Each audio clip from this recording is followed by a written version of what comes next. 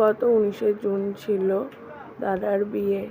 তো প্রথমেই পাতে পড়ে গেছিলো লেবু, তারপর চলে এসেছিলো চিকেন কাটলেটের সাথে ছিল সস, তারপর চলে এসেছিলো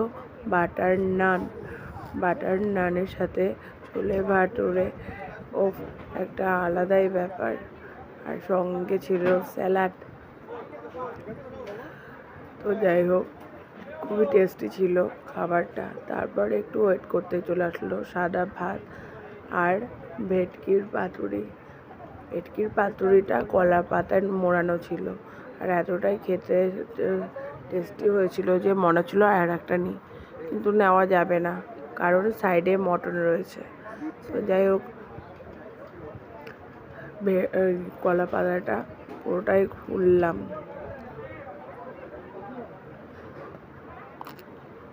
খুলতে যদিও খুবই অসুবিধা হচ্ছিল।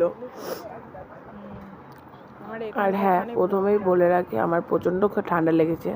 জানি না ভয়েসটা কেমন কি আসছে, বলতে পারছি না।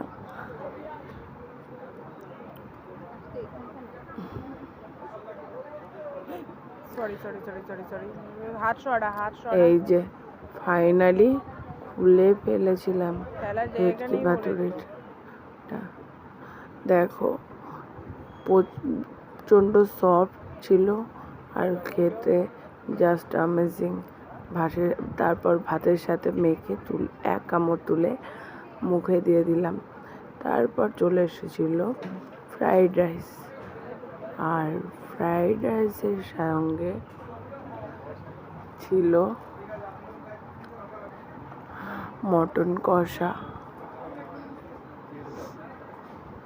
মানে মটনের লাল ঝোল।